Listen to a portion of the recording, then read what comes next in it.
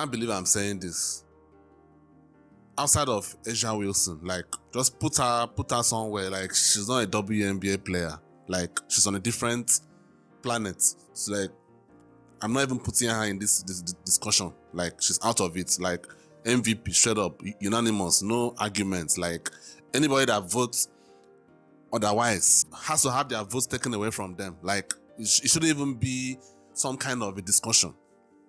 But guys, in the last 5 to 7 games, Caitlin Clark is in the MVP discussions. Obviously, she's not going to win it. She's not even going to be close because of the start of the season. But I'm just using a sample size of 5 to 7 games here. I'm ignoring the games before that span. I mean, she's been incredible. She's basically averaging over 12 assists a game. Do you know how hard it is getting assists in the WNBA? Obviously, I'm a new fan. I've only been watching the NBA until this year. But trying to get assists in a league that people cannot dunk, I can't imagine how hard it is. If you watch the NBA, you can see lots of times where the guard can just throw the ball up and someone will just just throw it anywhere around the rim and someone gets it, dunks it, alley-oop dunk. That counts as an assist. Then even these turnovers that people keep yapping about, that is the only thing that Clark haters are like grasping on right now. Like, that is their only hope. Turnovers. Even that, it has started reducing the last couple of games. The reason why it is still very, very high is because of the start of the season where she had lots of turnovers and the assists were not high. You know, she was having like 6 turnovers, 7 assists, 8 turnovers, 9 assists, things like that. So the assist to turnover ratio is not that great.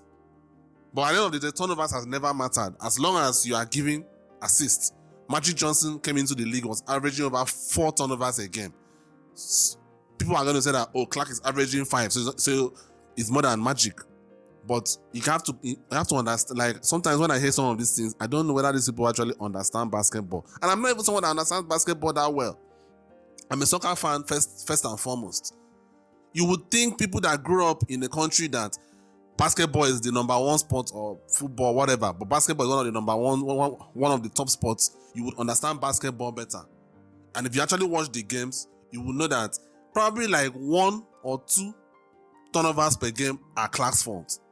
Probably. Like, it could even be less, but probably. And the reason why I made this video is I've been watching Clark the last couple of games.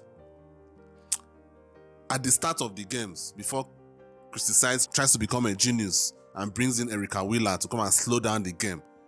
When she plays fast, the Fever are unstoppable.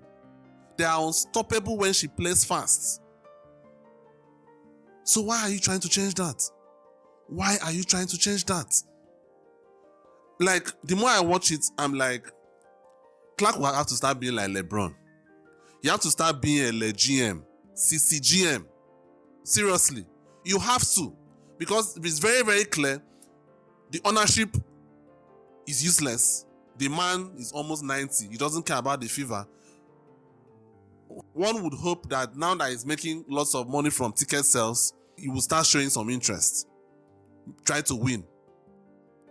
The GM is an old school woman. She basically thinks Clark is a role player, supposed to fit into a role here. The thing about Clark is that she's not like Arike Ogunbowale that just, like is a ball-hugging chucker, or Drew Lloyd. She's not like that. She's actually a player that she will score, she will shoot, but if her teammates are open, she will give them the pass at the right time. All they have to do is to be ready. So this is not something that you're trying to be like, we're trying to build a team here, quote unquote. Nobody's a star. Clark can be the star and still get her teammates the ball and they can still shine. So, but this is the problem. And I've noticed in the WNBA, at least 3/4 of the coaches in the league don't know how to coach guard play. They're only interested in post play. And if you watch Christie talk, that's the only thing she's interested in. In fact, the way Clark is playing probably gives her high blood pressure. Probably puts her on the brink of getting a heart attack the way Clark plays. She would prefer Clark just carries the ball, dumps it into the post. That's what she would prefer. So the more I watch Clark, I just can't imagine what she'll be able to achieve with a coach like Mike D'Antoni. I know Mike D'Antoni has a bad rap in the NBA. People say he did not win, even though he revolutionized the game. But people say he didn't win, his style of play wouldn't win. But really, man, I think Mike D'Antoni should try one last thing. Just one last time. Just one last time. Be the coach for Clark. Just one last time. I think that style of play will break the WNBA. The women aren't as athletic as men, so they won't be able to keep up with the fast-paced style. They won't be able to keep up. It would break the WNBA. Now you still have to get players that can defend to be able to win. You see, like these players like someone like Kelsey Mitchell, even though she's fast and she fits that game, defensively she cannot defend. So that can be a problem.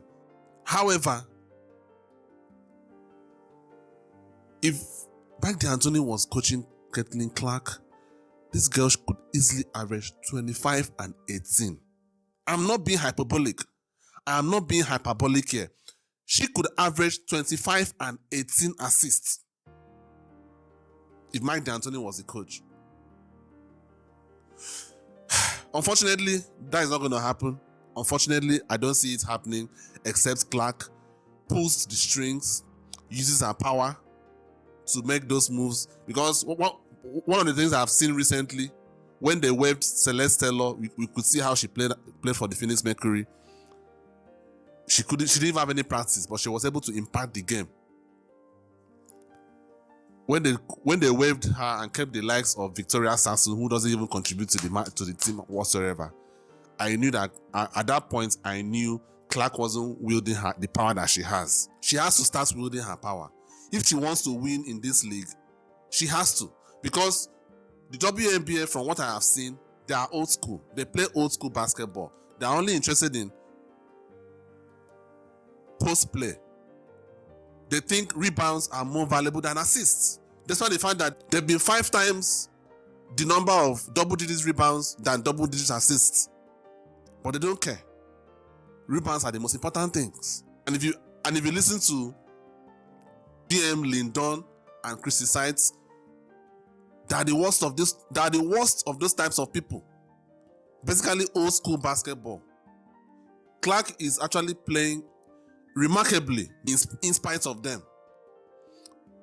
So she has to start wielding her power. If not, she'll be stuck in that trash franchise. And it will be a shame. She'll be good. She'll be good. You can see how she has been playing the last 5 to 7 games. So if she has time with more practice with her teammates and everything, she'll still be good. I think next season, if Christie is still there, she'll probably average out of the gate 19 and 9, something like that. But I am saying, with a coach like Mike D'Antoni, she would even be better.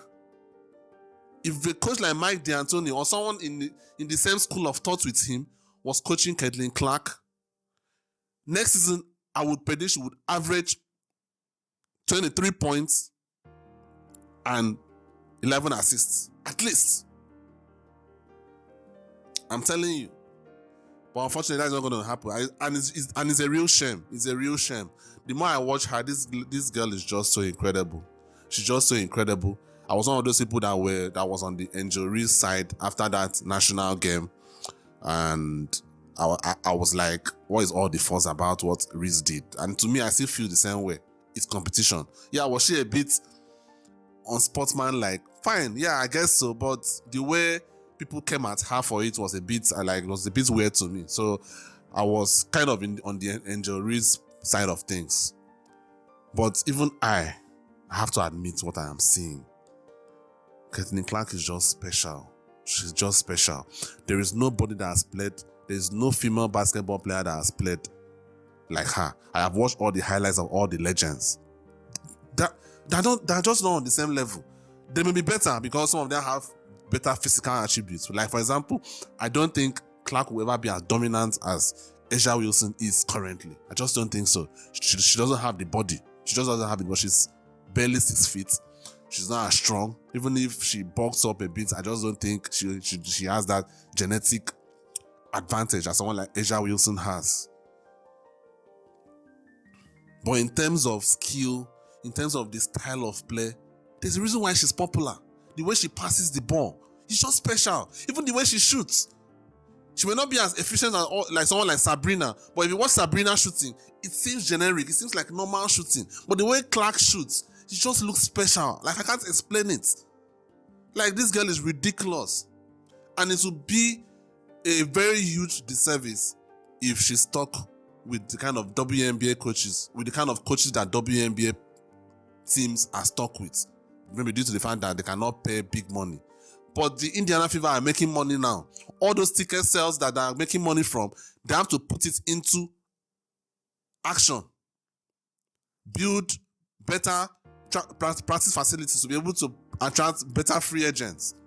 Get players that can defend, because Clark is not the best defender. Even though she has all these steals and blocks, she's still not the best defender. And even if she can defend, it's better to let her rest in that side of the ball.